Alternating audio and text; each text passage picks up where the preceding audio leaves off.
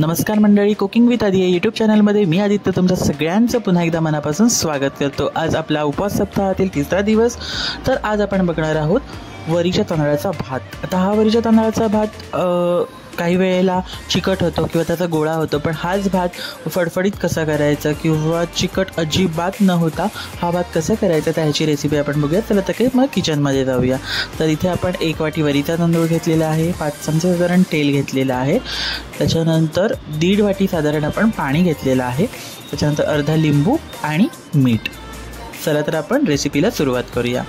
तर सर्वप्रथम आपण एका पातेल्यामध्ये तेल गरम करून घेणार आहोत आणि तेल गरम केल्यानंतर त्याच्यामध्ये तो वरीचा तांदूळ आहे तो आपण भाजून घ्यायचा आहे। ओके, जास्त लाल करायचा नाही आहे, साधारण 2 ते 3 मिनटं तो छान भाजून घ्यायचा आहे आणि त्याच्यानंतर मग त्याच्यामध्ये पाणी ॲड करायचं आहे। तर हा जो वरीचा भात आहे हा साधारण पाण्याचं प्रमाण कमी जास्त केल्यामुळे किंवा काही कारणामुळे तो गिजगिजीत होतो किंवा आपण म्हणतो तर चिकट भात होतो।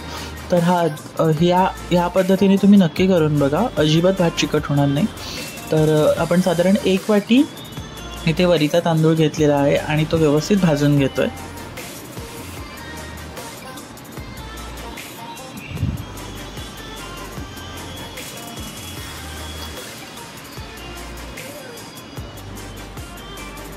त्याच्यानंतर आपण इथे साधारण 1.5 वाटी पाणी ॲड करून घ्यायचं आहे त्याच्यामध्ये आणि त्याला व्यवस्थित मिक्स करून घेऊया।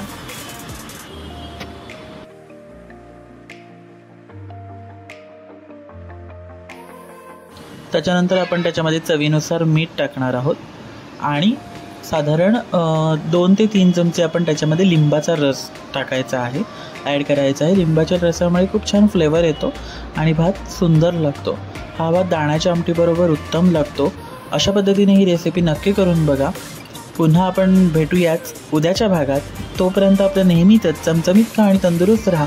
आणि हो, चॅनलला सबस्क्राईब केलं नसेल तर सबस्क्राईब करा आणि व्हिडिओजना लाईक, कमेंट, शेअर करायला विसरू नका। धन्यवाद।